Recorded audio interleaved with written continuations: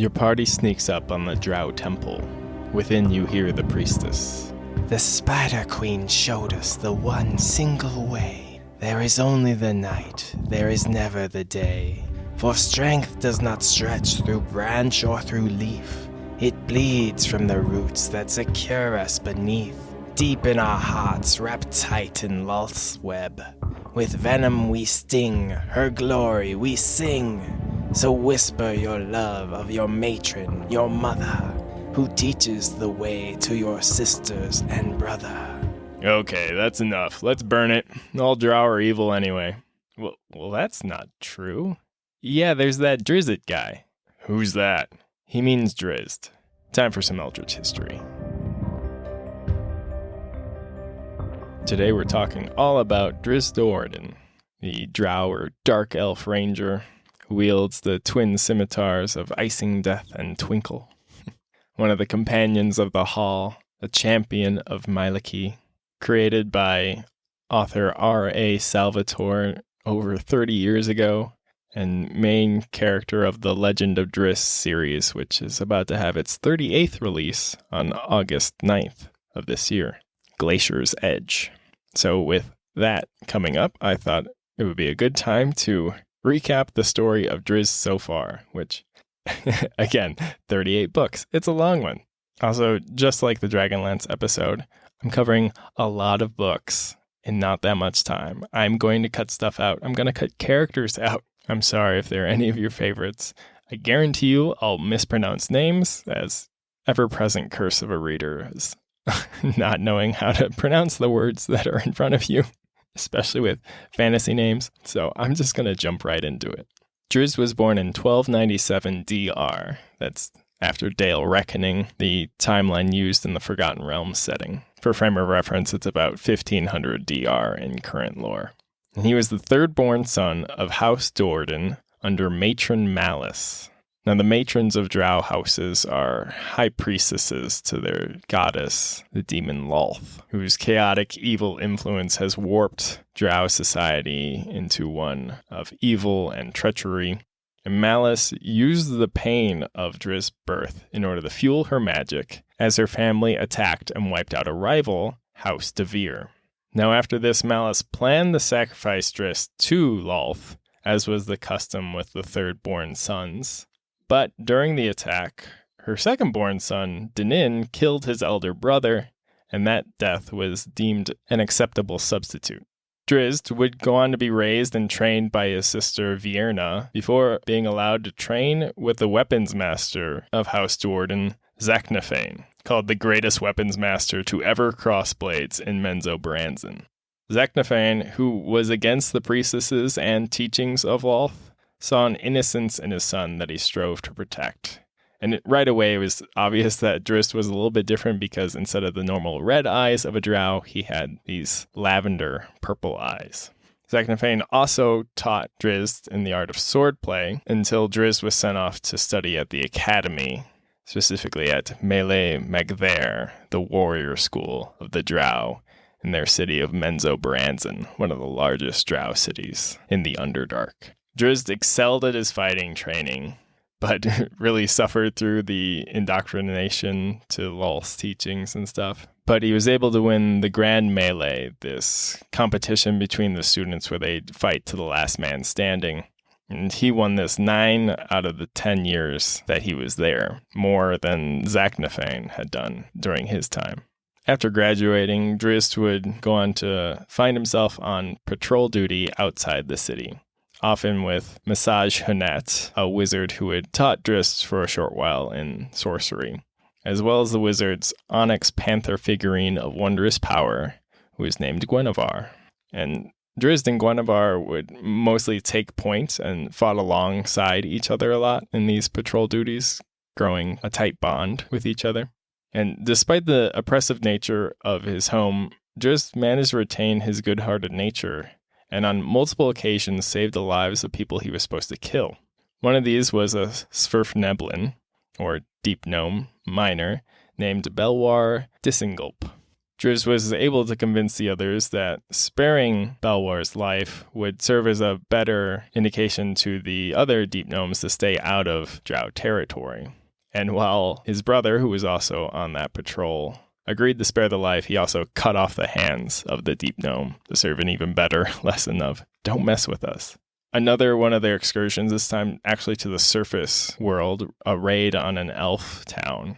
Drizzt refused to kill a moon elf child named Elephane, and in fact actively saved her life. This action led to House Do'Urden losing favor with Lolth, and Matron Malice was able to discover what Drizzt had done while she spied on a sparring session between Drizzt and Zaknafein, in which the two confessed their secrets to each other. Drizzt that he had saved this young girl's life, and Zaknafein that he was actually Drizzt's father. After learning this, Matron Mother Malice decided to sacrifice Drizzt to satisfy her goddess. But Zaknafein offered himself up instead. And while Zaknafein was sacrificed, Drizzt was attacked by Massage, as well as Alton Devere, the last surviving member of House Devere, who had been wiped out the day of Drizzt's birth. They tried to enact a power play against House Do'Urden as revenge and to gain standing for their houses. When Massage tried using Guinevere to attack Drizzt, the Panther refused, sided with her hunting partner, and killed Alton instead. Drizzt then killed Massage and claimed the onyx figure for himself. When Drizzt returned home, he found out what happened to Zaknafein and escaped Menzo Branson and wandered the Underdark, unwilling to continue in the drow society cycle of violence and death. Drizzt would wander the Underdark for 10 years, coming close to being overtaken by a bestial, instinctive alter ego that he called the Hunter. He snaps out of it before he almost harms some deep gnome children, and he winds up in Blingdenstone, a deep gnome city, where he was reunited with Belwar, the deep gnome he had saved from being executed. While there, he's attacked by Zaknafein, who had been raised as a Zinkarla, a spirit wraith, which is a spirit restored to their dead body, but their own will is repressed and it's under control of, in this case, Matron Malice. Drizzt and Belwar escape deeper into the Underdark and meet Clacker, who's a Petch, which is a gnome-like creature of elemental earth, but he had been turned into a hook whore by a wizard. And Drizzt and Belwar tried to convince the wizard to turn him back, but in doing so, the wizard insulted the Petch, so Clacker killed him in this blind rage, trapping him in this hook horror form. Clacker joins the other two, and they're hunted down by Zaknafein, who basically slaughters everybody that they encounter in his wake. But Clacker is able to save Drizzt using his elemental earth powers before being struck down by Zaknafein. Drizzt and his father fight, and Drizzt is able to come out on top, and Zaknafein, in a moment of clarity, sacrifices himself once again to save his son, jumping into a pit of acid. Then after returning Belwar to Blingdenstone, Drizzt heads to the surface, knowing that he'd never be at peace while he was in the Underdark. Once on the surface, Drizzt naively sides with a group of gnolls, but winds up dispatching them once he realizes their evil intentions, after which Drizzt decides to study some surface folk to learn more about what's going on up there. And he winds up acting as a secret guardian to the Thistledown family, a group of farmers who the gnolls had planned to kill. Drizzt is eventually discovered, and the townspeople force Drizzt to flee, thanks in part to the actions of a bounty hunter. And while he's fleeing from them, a Barghest, this shape-shifting goblinoid creature, slaughters the Thistledown family and frames Drizzt for the crime, an act of revenge on behalf of his gnoll allies. So still on the run, and pursued by a vengeful bounty hunter who Drizzt had maimed and killed one of his dogs, Drizzt meets and befriends a ranger named Montolio de Bruche, better known as Mushi. Mushi, who had been blinded by a red dragon years before, teaches Drizzt the common language, how to be a ranger, and all about the nature forest goddess Mielikki. After Mushi passes away, Drizzt resumes his travels while being discriminated against left and right. He eventually heads to Icewind Dale after hearing that he may be accepted in that far-flung northern locale where many of the inhabitants of the 10 towns there are rogues or people seeking to escape their past lives. When he arrives, he meets Catti-brie, the adopted human daughter of Bruenor Battlehammer, dwarven leader of Clan Battlehammer. Bruenor is not happy about Catti-brie befriending a drow, and the two males nearly came to blows their first meeting. But when Drizzt saves her from the bounty hunter, who's still chasing him after all these years, Bruenor tells Drizzt that he should stick around a while to keep an eye on his daughter. Drizzt also befriends Regis, a halfling rogue who is more fond of creature comforts than violence, and Regis was laying low in Icewind Dale after stealing a magical gem from a powerful guildmaster. When barbarian tribes try to destroy their adopted home, Drizzt, Bruenor, and Regis unite the forces of 10 towns to repel the invasion. Bruenor spares the life of a young barbarian named Wulfgar, whose initial hard feelings turn to respect for the dwarf as a second father figure over the years. And Drizzt teaches the young man to fight, and they become fast friends. While fending off raiding giants, the heroes learn of the conniving wizard Akar Kessel, who possesses the Crystal Shard, an ancient evil artifact that absorbed the powers of the 7 liches that had created it. And that wizard is joined by a demon named Urtu. Using Regis's stolen magical gem, they discover that the wizard has amassed an army, in part provided by Wulfgar's old tribe. After failing to once again unite 10 towns, Wulfgar, with the help of Drizzt, defeats the white dragon Icing Death. He actually threw his magical hammer into a giant icicle, which fell and impaled the dragon, which is a fun and ironic way to kill a white dragon. Drizzt claims a Frostbrand scimitar from the dragon's hoard, which he will eventually name after the dragon, Icing Death, while Wulfgar takes a trophy of the kill in order to challenge and eventually supplant the leader of his old tribe. Drizzt returns to find many of the 10 towns already burnt or taken, and the largest, which is named Bryn Shander, is under siege. While Regis buys time by speaking to the wizard Akar, Drizzt is able to summon and get information out of the demon Urtu before banishing it back to the abyss. The ranger then sneaks into and destroys the wizard's tower, and the people of Icewind Dale, Bruenor's dwarves, and Wulfgar's barbarians all join together and destroy Akar's army. And the wizard dies after the power of the Crystal Shard caused an avalanche to bury him. Bruenor, Drizzt, and Wulfgar then set off to find Mithril Hall, the ancient home of the dwarves, which Bruenor and his clan had been kicked out of years before. Regis follows as he's being pursued by Artemis Intrury, the top assassin of his ex-guildmaster, who wants revenge and his magical gem back. While the 4 heroes are searching for Mithril Hall, Artemis, the assassin, captures Catti-brie, Bruenor's daughter, and interrogates her. He drags her along as he trails his true prey, Regis, and the assassin gains some allies along his travels, one of which Catti-brie is eventually able to turn against the others, and she manages to escape. Our heroes find Mithril Hall to be overrun with enemies. There's various encounters, and eventually Drizzt and Intrury start to fight, but are interrupted by a shadow dragon, which is defeated when Bruenor douses himself with oil, climbs up on top of it, covers the dragon in oil, and then sets them both on fire, and they fall into the chasm, Gandalf and Balrog style, in this spectacular fireball. After all that, Intrury captures Regis, and he takes Guinevere's onyx statuette as well. Drizzt and Wulfgar gear up while chasing Intrury and Regis, and Drizzt gains his other famous defender scimitar, Twinkle. And they board the pirate hunting vessel, the Sea Sprite of Captain Dudermont. Intrury uses Regis's gem to stay ahead of them, despite Regis trying to stop him from doing so. And then Bruenor is revealed to be alive. He was actually saved by the fire-protecting magic of Drizzt's Icing Death scimitar, and he reunites with Catti-brie. Pasha Puck, the guildmaster Regis had stolen from, sends a pirate after Drizzt and Wulfgar aboard Dudermont's ship, and they are saved by the arrival of Bruenor and Catti-brie. However, Intrury is able to return Regis and the magical gem to Pasha Puck, and he also gifts him Guinevere's statuette. The companions find Puck's guild, and Drizzt fights Intrury once again, and once again they are interrupted, this time by the people of the city, and Intrury is able to get away.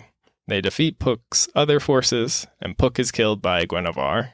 Regis then makes himself the new guildmaster, and Drizzt, Bruenor, Wulfgar, and Catti-brie return north, reclaim Mithril Hall really quickly.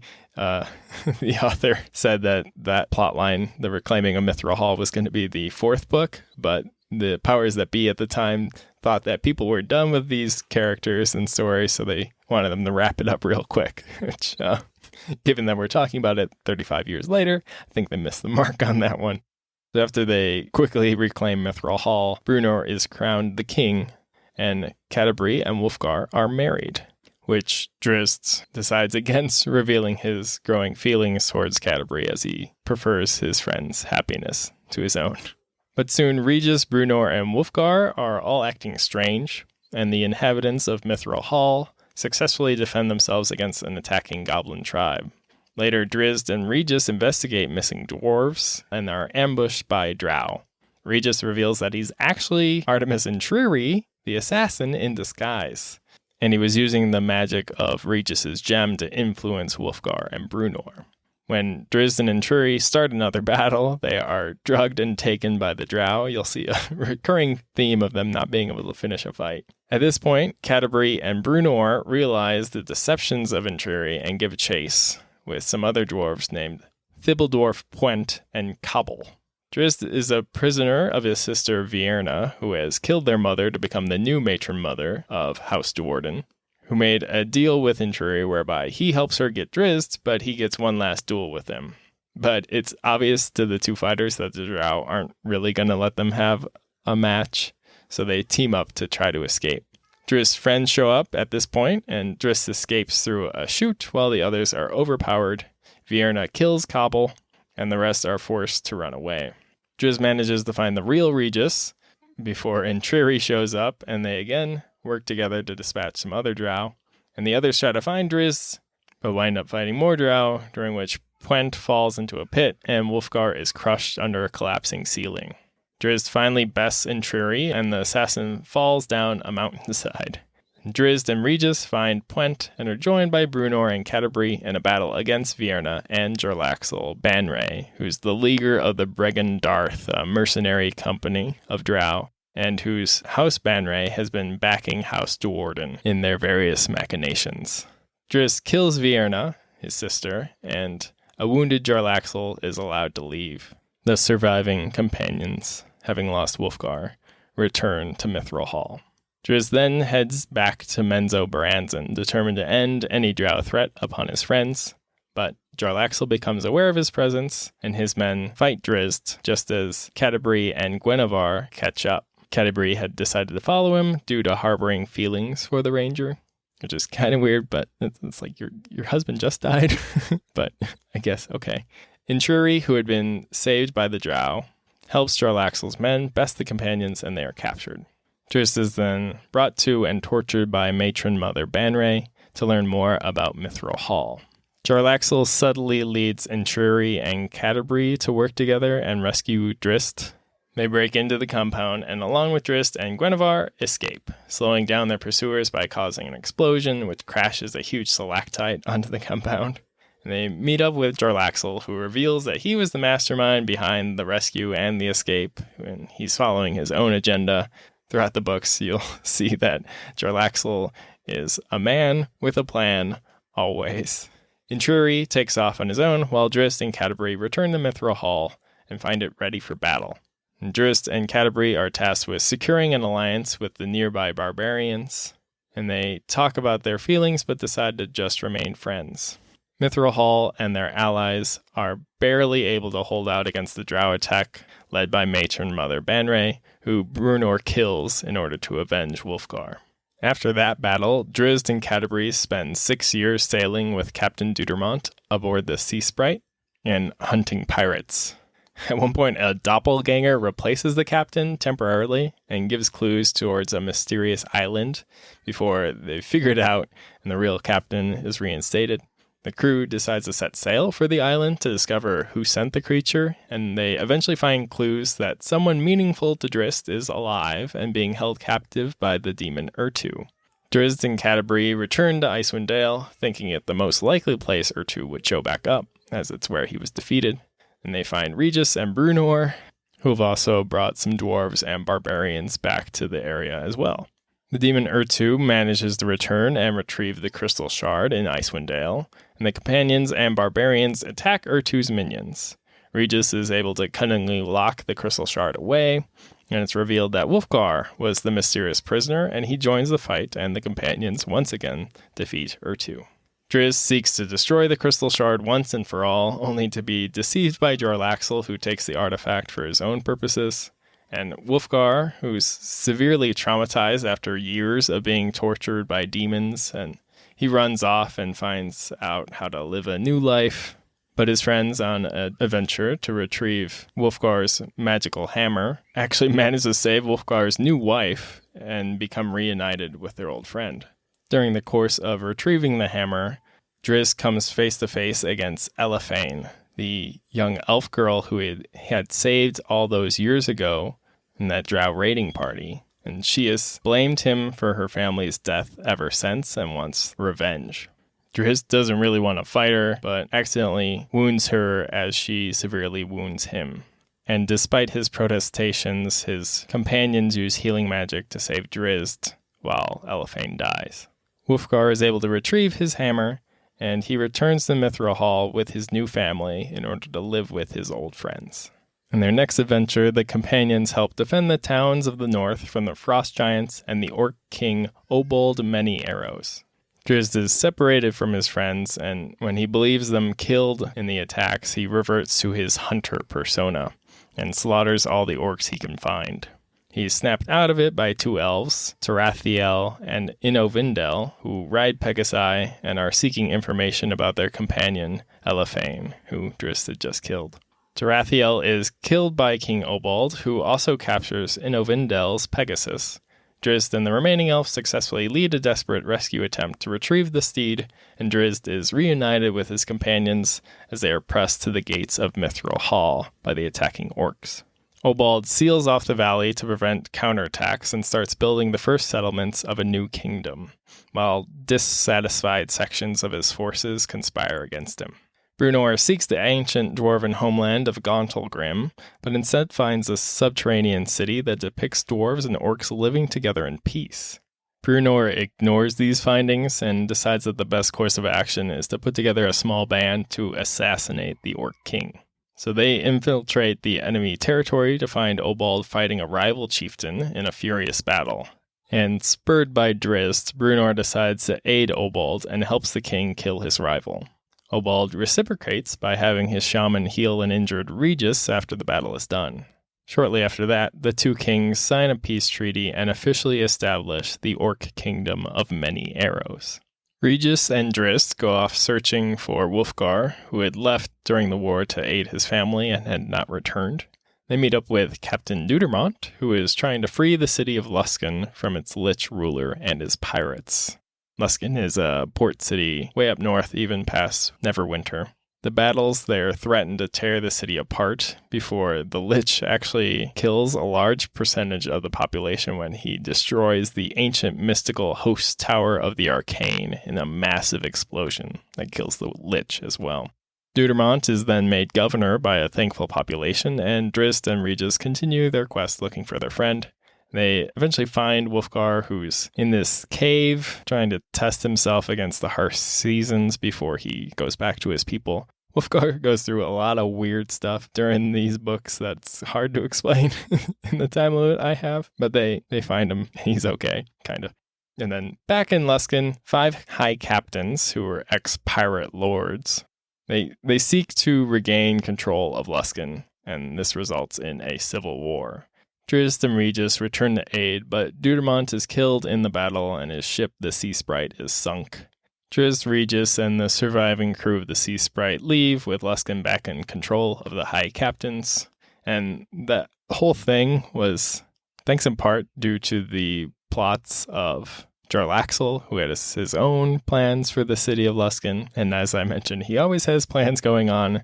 And the next adventure is also thanks in part to him. After gaining the crystal shard from Drizzt, he actually tricked the dragon Hephaestus to use his fire on it.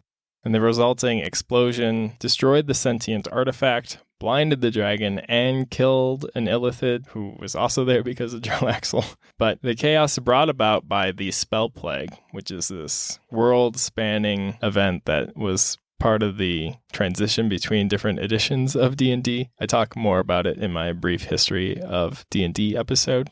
But crazy, wild magic stuff starts happening, including the revival and transformation of that dragon, the Crystal Shard, and that Mind Flayer into this one creature known as the Ghost King. And it seeks out Jarlaxle because he had wronged all three individually, and Jarlaxle in turn seeks out Drizzt for aid.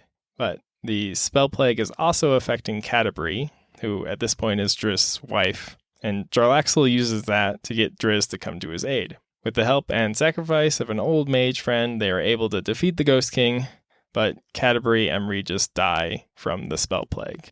But Mielikki takes them to a pocket paradise forest plain thing, kinda as a reward for Drizzt helping her out through the years.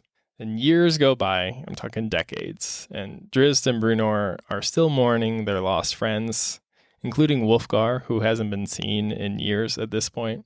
Then Bruenor, still king, fakes his own death in order to be able to head off with Drizzt and some other companions to seek Gauntlgrim, that ancient lost dwarven homeland. And they search unsuccessfully for 40 years past that, until ghosts of the ancient city appear and warn Bruenor of the escape of the fire primordial that powered the mythical forges of Gauntlgrim. A group serving the Red Wizards of Thay, including an elven warrior named Dahlia Sinfel and her vampiric lover Corvin Dorcray, who also conscript Jarlaxle and his ally Athrogate, a dwarven warrior, into their plot. They find the city and unleash the primordial to create a dread ring, this evil area used by the Red Wizards as a powerful focus for necromantic energy and spells. While doing so, Dahlia has a change of heart, but Dorcray the vampire had secretly been working with a rival Thayan sorceress named Silora Salm, and they succeed in their task. Eventually, Drizzt, Bruenor, Jarlaxle, Athrogate, and Dahlia team up to put the primordial back in its prison and destroy the Dread Ring. Bruenor sits on the magical king's throne and gains divine powers and the knowledge of how to stop the primordial. Dorcray and a cadre of cultists chase after them, summoning a pit fiend to aid them, and a group of dwarves, including Thibbledorf Pwent, who are also alerted by Gauntlgrim ghosts, arrive and help battle as well. Bruenor takes on the pit fiend, but even with his divine blessing, he's losing the battle. Dahlia and Drizzt fight a Thayan lich, who is ultimately driven off by Jarlaxle. Pwent manages to save Bruenor and buy him enough time to kill the pit fiend, but Pwent is killed by the vampire Dorcray. Bruenor, who's mortally wounded after his fight with the pit fiend, is, as his last act, able to pull the lever that entraps the primordial, unleashing 9 water elementals that kill Dorcray as he got in their way, and it sealed the primordial back in its prison. Bruenor and Pwent were then buried in Gauntlgrim, and Drizzt, who is developing feelings for the elf, accompanies Dahlia to go after her rival Silora, who had really orchestrated a lot of what had happened. Bruenor is then greeted in Mielikki's magical forest by Wulfgar and Regis and a dancing Catti-brie.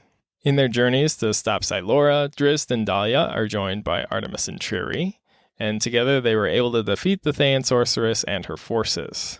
But they learned that Intruria was actually in forced servitude of a tiefling named Herzgo Alegni, a leader of the Netherese, who were descended from an ancient, highly magical society that sought to reestablish rule, and his particular faction had been lost in the Shadowfell for almost thousands of years. It's a whole other thing. But Alegni and the Netherese had actually plundered Dahlia's village when she was a child, and he caused Dahlia to become pregnant with a child she threw off a cliff in front of him in revenge for his actions. But when she learns that Alegni is still alive, Dahlia swears to kill him, much to Intriri's delight, and the two bond over their shared pain and hatred on behalf of Alegni. The companions travel to Neverwinter, which Alegni has recently taken control of, and confront the tiefling. They prevail and take back Charon's Claw, the magical sword that had ensnared Intruri. But Elegni opens a portal to the Shadowfell, and although Guinevere tackles him, they both went through, and the Panther was captured by a Netherese warlock and lord named Drago Quick. The people of Neverwinter seize the opportunity with Elegni gone to force the rest of the Netherese out of the city. Then Drizzt, Intruri, and Dahlia left for Gauntlgrim, believing it their best chance to destroy Charon's Claw. They found the Dwarven city was being invaded by drow forces and had to fight them and pursuing Netherese forces as well. Elegni arrived and he was ordered by Quick to retrieve the sword or else. Elegni's forces suffered a betrayal, and when he realized they were doomed, Elegni ordered his tiefling servant Ephron the Twisted to flee. Drizzt then distracted Elegni using Charon's Claw, and Dahlia used the opening to kill the warlord. As she did so, Ephron called out in anguish to his dead father, revealing that he was the baby that Dahlia had tried to kill, and his Twisted nickname due to the deformities suffered by her actions. But before anyone could react to that revelation, he escaped into the Shadowfell. And Drizzt threw Charon's Claw into the primordial pit to destroy the sword. Drizzt then resolves to find Guinevere, who he hasn't been able to summon back from the Shadowfell since she tackled Elegni, but later finds that he can do so again, although he realizes that she's not getting as well rested as she normally is. Drizzt and Dahlia find evidence of a vampire, only to discover that it is Tibildorf Pwent, who had been killed by the vampire Dorcray in Gauntlgrim. Pwent decides to remain in the sunlight and to be destroyed, and they leave him to go in peace. Ephron, Dahlia's son, reappears to attack her, but he softens and actually joins Drizzt's group. Ephron then tells them that Drago Quick, the Netherese warlord, is holding Gwen in the Shadowfell whenever she's dismissed, which explains why she's not resting like normal. So leading an attack against Quick, which results in Dahlia and Intruri being petrified and Drizzt and Ephron being captured. And they're rescued after a year by Jarlaxle and Bregendarth. And after their escape, the group wanders into and rests in the magical extraplanar forests Mielikki had created for Drizzt's companions. The one night they spend there takes 18 years in the outside world, and an upset Dahlia attacks Drizzt before Intruri can drag her away, and then Drizzt is left to succumb to his wounds hearing the voices of his long-dead friends. Only it's revealed that Mielikki has actually resurrected his companions, and Catti-brie heals Drizzt's wounds. So happily reunited, the companions discuss a few things that the resurrected Brunor had discovered on his travels. One, that the treaty that he had signed with the Many Arrows Orcs kingdom was failing, and they needed to go rally the troops at Mithril Hall. But first, they needed to go to Gauntlgrim, as he had also learned that the vampiric Tibildorf Pwent was still alive, quote-unquote, undead. He was still around. The group obtained a gem that would allow them to trap the soul of their one-time friend, only to be forced to use it on a lich that Regis had accidentally unleashed during his new life. And when they finally did track down Pwent, he informed them that Drizzt's former companions Intruri and Dahlia were being held captive by drow in Gauntlgrim. So Drizzt was able to subdue Pwent, and the vampire was able to restrain his curse and agree to help and guide them. After successfully helping the companions face the force of drow, driders, and goblins holding Intruri, the vampire turned against them only to be captured in a magical silver horn by Catti-brie. Drizzt and Intruri went off to rescue Dahlia, but Catti-brie was lured to the primordial chamber and attacked by Dahlia, who had been dominated by Lolth and now was her servant. With the help of the primordial, Catti-brie was able to defeat Dahlia and her allies and collapse the tunnel onto the elf woman. The companions then reunited and decided to leave Gauntlgrim. Later, the companions learned that Dahlia had actually been saved and made the new matron mother of a reformed House Do'Urden at Lolth's command. The demon goddess wanted the house to serve her on the surface as a magical darkening spell spread across the land, covering the sunlight with rolling clouds of smoke in order to better serve her Underdark minions. The drow also utilized the Many Arrows Orcs to minimize their own losses and to attack multiple cities or kingdoms at once. The companions seek an underground route to Mithril Hall, only to be separated, with Regis and Wulfgar being trapped in torture chambers of the orcs, while the rest are able to reach their destination. And while the three dwarven strongholds of Mithril Hall, Citadel Feldbar, and Citadel Adbar are under siege of the many Arrows orcs, frost giants, and drow, while other cities have already fallen under their control. King Conrad Bronanvil of Mithril Hall, Drizzt, Brunor, and Catti-brie all travel to Citadel Feldbar to strategize, and Brunor reveals his identity as the reborn king to much celebration. The dwarven forces continue to try to break the siege, but are routinely thwarted, and the drow and orcs use white dragons and cause avalanches to seal in the citizens of Mithril Hall under piles of snow. Jarlaxle, Regis, and Wulfgar are able to procure help from the outside, while Brunor leads a small elite band from Mithril Hall to free the citadels. Drizzt rides a copper dragon against the drow-ridden white dragons and emerges victorious, while Brunor leads his people to defeat the orc stronghold, and Drizzt calls upon Mielikki, but it's actually Jarlaxle utilizing the archmage Gromf of his house, again, one of Jarlaxle's many plans, within plans. And regardless, they're able to disperse the darkening. The companions reunite, and Brunor sets his sight once again on reclaiming Gauntlgrim from the drow. Brunor is joined by Drizzt, Catti-brie, and a host of dwarves, while Regis instead decides to travel to join the woman he fell in love with during his second life, and Wulfgar accompanies him. The dwarven army reaches Gauntlgrim, followed by some drow who are still seeking the death of Drizzt. And their first fight is against kobolds, who use the power of the primordial against them, but once again Catti-brie is able to use her magic to turn the elemental to her favor, and they win the day. Those revenge-seeking drow wait until Drizzt is alone and attack him, but he is saved by Jarlaxle and the archmage Gromf Banray. Drizzt is brought back to the dwarves, but lays comatose, and the leaders of Manzo-Branson have been summoning demons into their city to appease Lolth, and they send some to attack the dwarves, who suffer serious losses, especially when the demon generals arrive. But Jarlaxle helps Drizzt heal and gain the strength needed to defeat those demon generals, and the dwarves are able to take the fight to the drow, and as one of the dark elf houses is preparing to surrender, Gromf runs in saying he's accidentally unleashed the demon lord Demogorgon on the drow city. More on him in my Stranger Things episode. But Catti-brie is able to sever the conduits between the dwarven and drow cities that the drow had made, as Demogorgon terrorizes Manzo-Branson. Brunor is then crowned king of Gauntlgrim. Later, Jarlaxle recruits Drizzt and Intruri to help rescue Dahlia, who is in this perpetual confused state as matron mother of House Do'Urden. But as they reach Manzo-Branson, Drizzt is affected by the magic of the place and drow magic and psionic power, cursing him with abyssal plague, a condition that causes him to doubt the reality of all of his experiences since his companions returned from the dead. The party is caught between house politics of the drow and eventually wind up being captured by Yavanel Banray II, a young drow who's actually got the memories of some of her ancestors, which makes her extremely dangerous and powerful.